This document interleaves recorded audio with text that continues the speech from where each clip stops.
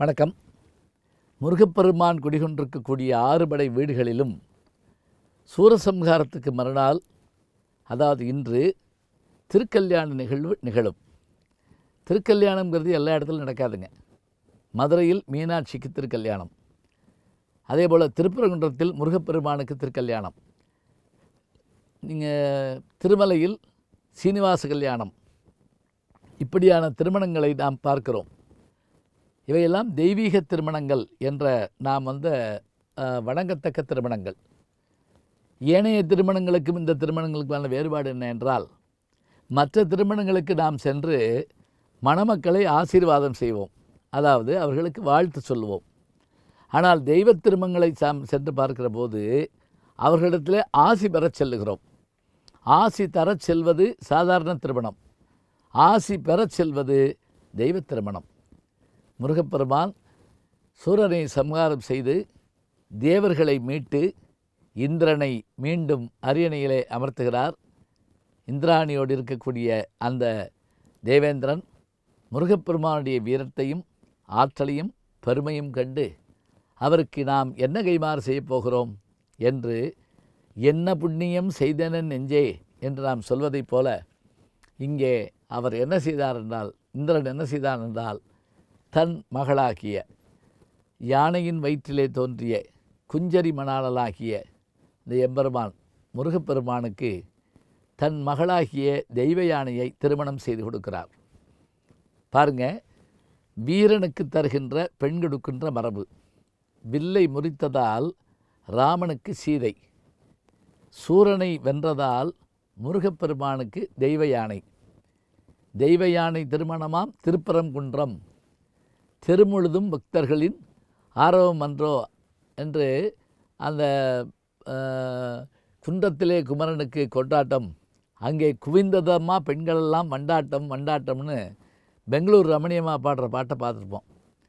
6 படை வீடுகளில் 3 படை வீடு மதுரை மாநகரத்தில் இருந்தது ஒரு காலத்தில், மதுரை மாவட்டத்திலேயே.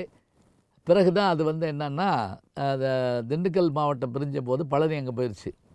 இல்லைன்னா பழமுதிர் சோலையும் இங்கு தான், திருப்பரங்குன்றமும் இங்கு தான்.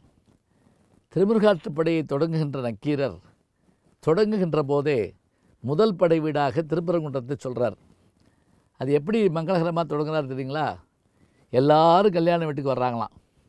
யாரெல்லாம் கல்யாண வீட்டுக்கு வந்தாங்க அப்படிங்கிறத அந்த பாட்டில் சொல்கிற போது, இந்த தெய்வ யானை முருகப்பெருமானுடைய திருமணத்துக்கு எப்போதும் அவர்களுடைய பெற்றோர்கள் வருவதைப் போல தேவாதி தேவர்கள் வந்தார்கள், தாய்மாமனாகிய மற்றவர்கள் வந்தார்கள், திருமால் வந்திருந்தார், பெருமாள் வந்திருந்தார், அத்தனை பேர் வந்திருந்தார்கள். இந்த இடம் திருமணம் நடந்த இடம் என்று நாம் சொல்லுவோம். இன்றைக்கு முருகப்பெருமானுடைய கோயில்களில் எல்லா இடத்துலையும் இந்த திருமணம் மிக அற்புதமாக நடைபெறும். இந்த திருமணம் முடித்த பிறகு 6 நாட்கள் விரதம் இருந்த அந்த பக்தர்கள் எல்லோரும் அந்த திருமண விருந்தை அருந்துகிற போது, அதுலேயும் குறிப்பாக பாவாடை நெய்வேத்தியம்னு ஒன்று சொல்லுவாங்க. அதாவது போர் புரிந்துட்டு வந்த பிறகு தயிர் சாதத்தை, ததியோன்னம் சொல்லுவோம் இல்லையா, அது மாதிரி தயிர் சாதத்தை குமிச்சு அதை எல்லோரும் கொடுப்பாங்க, விநியோகம் பண்ணுவாங்க. ஏன்னா 6 நாளாக சாப்பிடாமல் இருந்த அந்த உணவு குழாயில் போய் விழுகிற போது குளிர்ச்சியான தயிரும் சாதமும் உள்ளே போய் சேரும். இப்போ திருமணத்திற்கு வந்தவர்கள் எல்லாம் எம்பெருமானுடைய ஆசையை பெறுவார்கள். திருப்பரங்குன்றத்திலே, திருச்செந்தூரிலே, திருத்தணியிலே, பழமுதிர் சோலையிலே, பழனியிலே, சுவாமிமலையிலே என்று அத்தனை பதிகளிலும் எம்பெருமானுக்கு நடைபெறுகின்ற இந்த திருமணம் தெய்வ யானை முருகனுக்கு ஏற்படுகின்ற திருமணம். முருகப்பெருமான் இந்த திருமணம் முடித்த பிறகுதான் வள்ளியை மணம் புரிய அவர் செல்லுகிறார். அது காதல் திருமணமாக, தமிழர் வாழ்க்கைக்கு உட்பட்ட மரபு திருமணம், களவு திருமணம் சொல்லுவோம். அது மாதிரி அவர் விரும்பி செய்த திருமணம் வள்ளி திருமணம், பெற்றோர்கள் பார்த்து வைத்த திருமணம் தெய்வ யானை திருமணம். முருகப்பெருமானுடைய அந்த திருமணம் நிகழ்கின்ற இந்த நாள் இன்றைக்கும் போற்றி கொண்டாடப்படுகிறது. வீரம் மதிக்கப்படுகிற நாட்டில், விவேகம் போற்றப்படுகிற நாட்டில், தமிழ் கடவுளாம் முருகக் கடவுள், அதாவது குறிஞ்சி என்று தோன்றியதோ அன்றைக்கே அந்த முருகப்பெருமானும் தோன்றியிருக்க வேண்டும். முருகு அல்லது அழகு என்று திருவி கல்யாண சுந்தரனார் அவர்கள் எழுதுகிறார் என்று சொன்னால், முருகன் என்றாலே அழகன் என்றுதான் பெயர். மனமே முருகனின் மயில் வாகனம் அப்படின்னு கொத்தமங்கல சுப்பு ஒரு படத்தில் அருமையாக பாட்டில் எழுதியிருப்பார். மோட்டார் சுந்தரம் பிள்ளை படத்தில் எழுதியிருப்பார். அதான் அவங்க சோழமங்கலம் குரலில் கேட்குறப்போ அவ்வளவு இனிமையாக இருக்கும்.